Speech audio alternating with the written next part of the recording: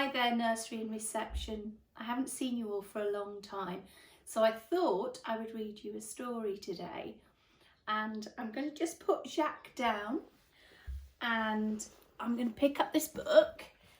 This book has got lots of other sorts of animals in it, and it's a book a story written by Julia Donaldson.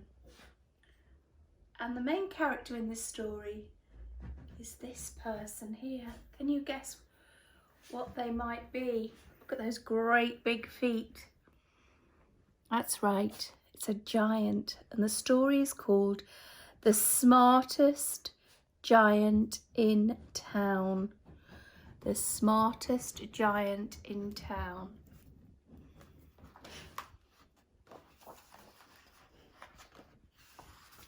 George was a giant, the scruffiest giant in town.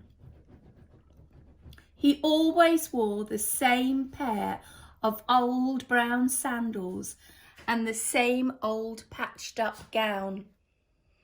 "I wish I wasn't the scruffiest giant in town," he said sadly. But one day George noticed a new shop. It was full of smart clothes. So he bought a smart shirt, a smart pair of trousers, a smart belt, a smart stripy tie, some smart socks with diamonds up the side, and a pair of smart shiny shoes. "Now I'm the smartest giant in town," he said proudly. George left his old clothes behind in the shop. He was about to go home when he heard a sound. On the pavement stood a giraffe who was sniffing sadly. "What's the matter?" asked George. "It's my neck," said the giraffe. "It's so very long and so very cold.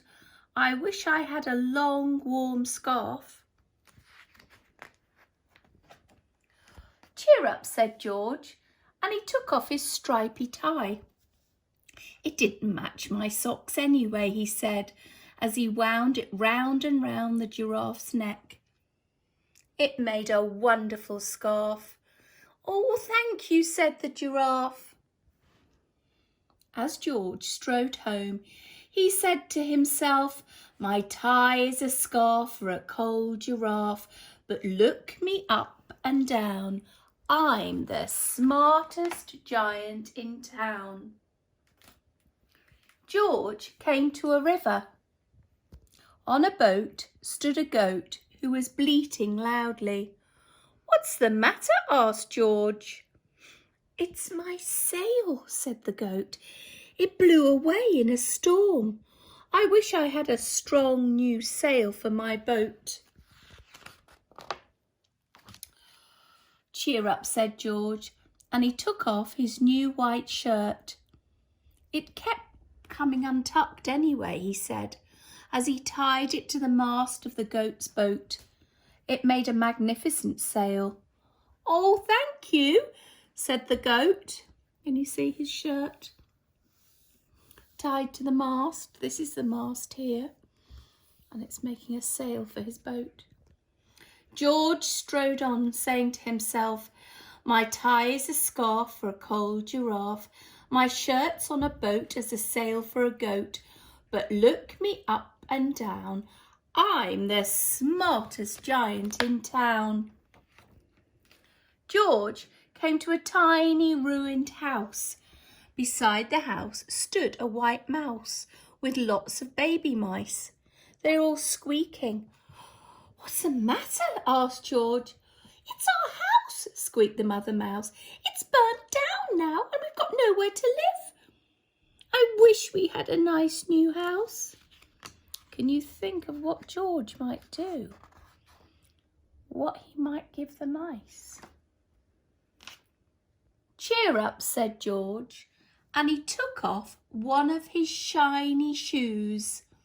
"It gives me blisters anyway," he said, as the mouse and her baby scrambled inside. The shoe made a perfect home for them. you, they squeaked. Did you guess right? Did you guess he was going to give them the boot shoe? Here he is, he's only got one shoe now. So George had to hop along the road now, but he didn't mind. As he hopped, he sang to himself, "My tie is a scarf for a cold giraffe. My shirt's on a boat as a sail for a goat. My shoe is a house for a little white mouse. But look me up and down, I'm the smartest giant in town." George came to a campsite. Beside a tent stood a fox who was crying. "What's the matter?" asked George. "It's my sleeping bag," said the fox. "I dropped it into a puddle. I wish I had a warm, dry sleeping bag." What George is going to give the fox. "Cheer up," said George, and he took off one of his socks with diamonds up the side. "It was tickling my toes anyway," he said, as the fox snuggled into it. It made a very fine sleeping bag. "Oh, thank you," said the fox. George hopped on, saying to himself, "My tie is a scarf for a cold giraffe. My shirt's on a boat as a sail for a goat. My shoe is a house for a little white mouse. One of my socks is a bed for a fox. But look me up and down, I'm the smartest giant in town." George came to a big squelchy bog. You see that? Full of mud, or squelchy. Beside the bog stood a dog who was howling. "What's the matter?" asked George. "It's this bog," said the dog. "I need to get across, but I keep getting stuck in the mud. I wish there was a safe, dry path." "Oh, cheer up," said George, and he took off his... That's right, he took off his smart new belt. "It was squashing my tummy anyway," he said, as he laid it down over the bog. It made an excellent path. "Thank you," said the dog. The wind started to blow, but George didn't mind. He hopped on, singing to himself, "My tie is a scarf for a cold giraffe. My shirt's on a boat as a sail for a goat. My shoe is a house for a little white mouse. One of my socks is a bed for a fox. My belt helped a dog who was crossing a bog. But my trousers are falling down. I'm the coldest giant in town." Suddenly George felt sad and shivery and not at all smart. He stood on one foot and thought, "I'll have to go back to the shop and buy some more clothes," he decided. He turned around and hopped all the way back to the shop. But when he got there, the shop was closed. "Oh no," cried George, and he sank down on the doorstep, and tear rolled down his nose. He felt as sad as all the animals he had met on his way home. Then, out of the corner of his eye, he saw a bag with something familiar poking out of the top. George took a closer look.